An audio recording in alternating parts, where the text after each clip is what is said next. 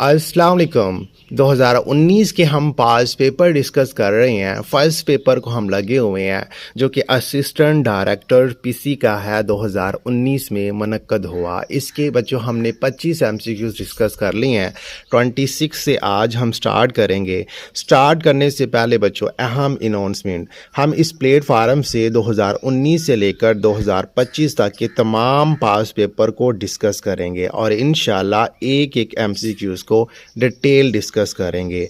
और वीडियो के आखिर में हम उन 2 एमसीक्यूज का जिक्र करेंगे जो पेपर में बार बार आते हैं। तो चलो स्टार्ट करते हैं। 26 एमसीक्यूज है। Zurich is a popular city of. ये स्विट्ज़रलैंड का शहर है। ऑप्शन बी इसका सही आंसर है। अब बच्चों स्विट्ज़रलैंड से हमें कौन कौन से और क्वेश्चन बन सकते हैं।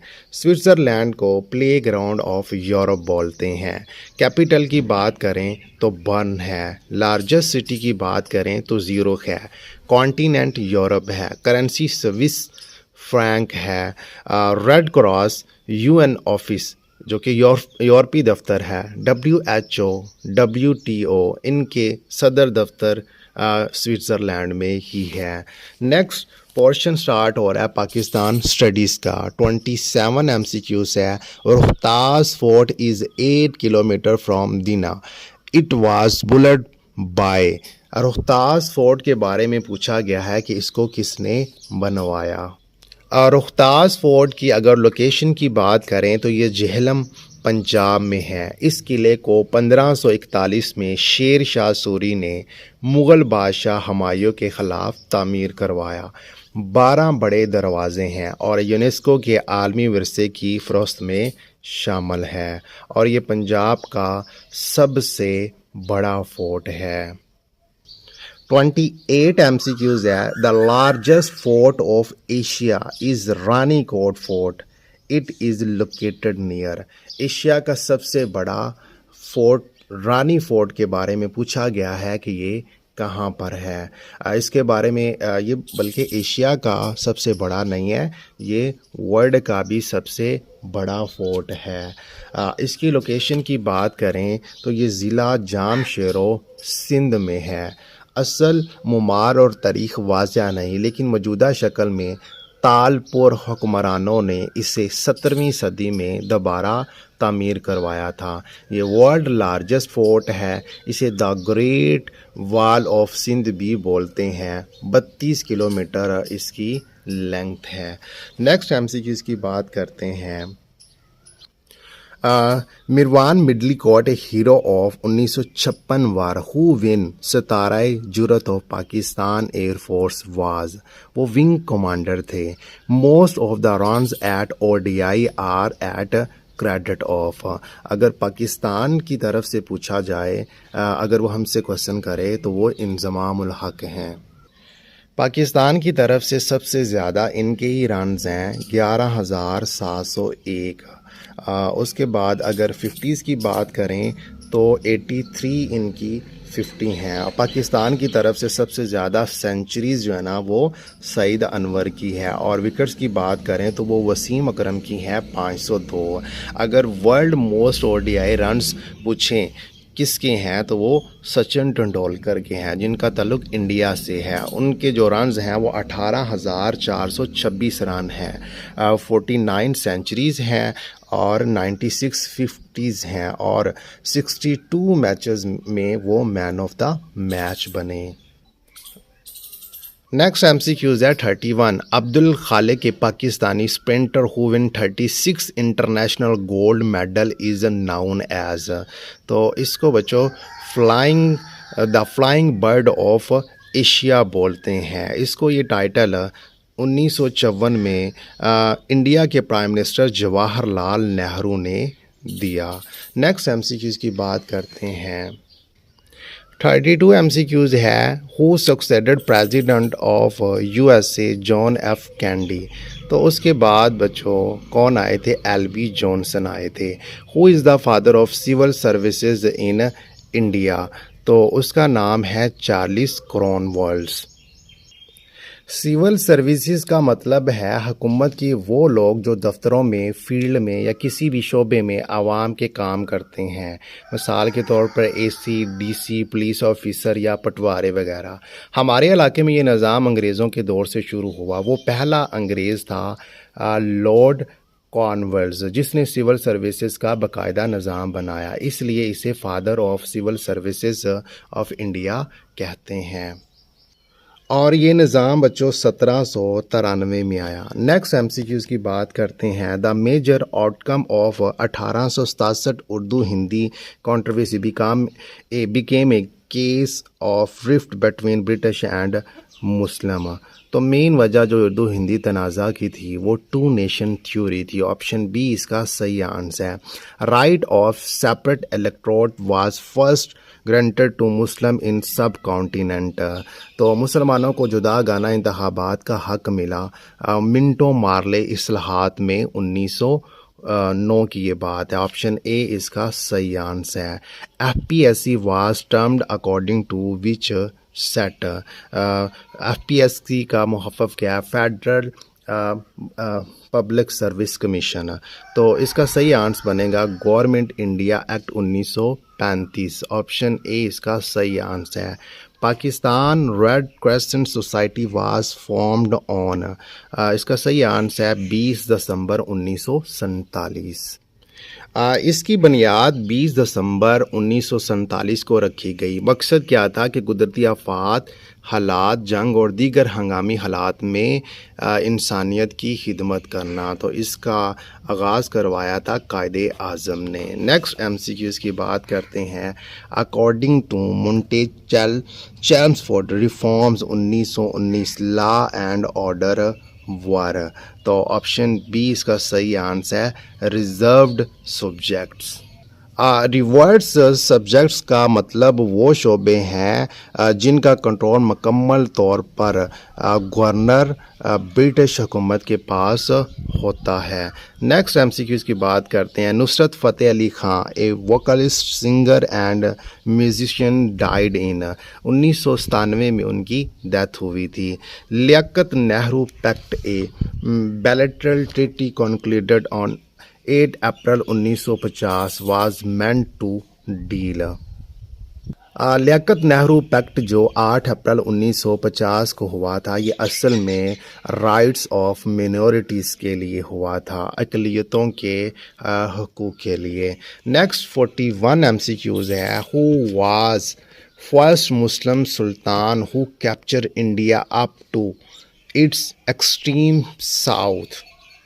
इसका सही आंसर है अलाउद्दीन खिलजी। इसके टनोर की बात करें तो 1596 से लेकर 1316 तक था। अलाउद्दीन खिलजी अपने चचा और ससुर को कत्ल करके हुकूमत में आया था। ये अनपढ़ था। सेकंड अलेक्जेंडर यानी दूसरा सिकंदर आज़म खुद को कहलवाया। मार्केट रिफॉर्म्स लेकर आया, माफिया को कंट्रोल किया और हुकूमत चीज़ों की कीमत खुद तय करती थी और बहुत बड़ी आर्मी को उन्होंने अच्छे से मैनेज किया। नेक्स्ट एमसीक्यूज़ की बात करते हैं। India wins freedom was written by. ये किताब लिखी थी अब्दुल कलाम आज़ाद ने। कब? 1957 में। नेक्स्ट एमसीक्यूज़ की बात करते हैं। Where is the first green field airport. Green field airport जो बिल्कुल नया तामीर करवाया गया हो तो ये इस्लामाबाद में है। Which of following agency regulate media. तो वो है पैमरा। पैमरा क्या होता है? Pakistan electronic media regulatory authority. इसका क्याम बच्चों मार्च 2002 में हुआ। करंट सीईओ की बात करें तो वो मोहम्मद सलीम बेग हैं। Which one is the first movie after creation of Pakistan. तो वो मूवी थी बच्चों तेरी याद। ऑप्शन बी इसका सही आंसर है। कॉमरेड वाज पब्लिश्ड इन 13 जुलाई 1911। तो इसके फाउंडर थे मौलाना मोहम्मद अली जौहर। तो आगाज़ कहाँ से हुआ था? कलकत्ता इंडिया से। मोहम्मद बिन कासिम वाज रिटन बाय, बच्चों ये किताब नसीम हिजाजी ने ये किताब लिखी थी। 48 MCQs है। Dadabhai Naoroji worked for India under nation movement in, तो यूके इसका सही आंसर है। दादा भाई नौरोजी ये पहला हिंदुस्तानी मेंबर था बरतानवी पार्लियामेंट में 1892 में। Grand old man of India भी इन्हें पुकारा जाता है। 49 MCQs है। Who suggested for new election after Shimla conference, तो ये सजेशन दी थी जिन्ना ने। नेक्स्ट करंट अफेयर का क्वेश्चन है बच्चों 50 है। Fahmida Mirza hold the minister of, तो option C provincial coordination. 49 MCQs में हमने शिमला कॉन्फ्रेंस पढ़ा। ये बच्चों 25 जून से 11 जुलाई 1945 तक ये कॉन्फ्रेंस रही और इसको लीड कर रहे थे लॉर्ड व्यूल। जोग्राफिया को पढ़ते हैं। Glaciers are large deposits of ice, they are found in, तो जो ग्लेशियर्स हैं ये तकरीबन 44 कंट्रीज़ में मौजूद हैं। यहाँ पर इसका आंसर नन ऑफ दीज आएगा और 44 बच्चों इसका सही आंसर है जो कि आपने याद रखना है।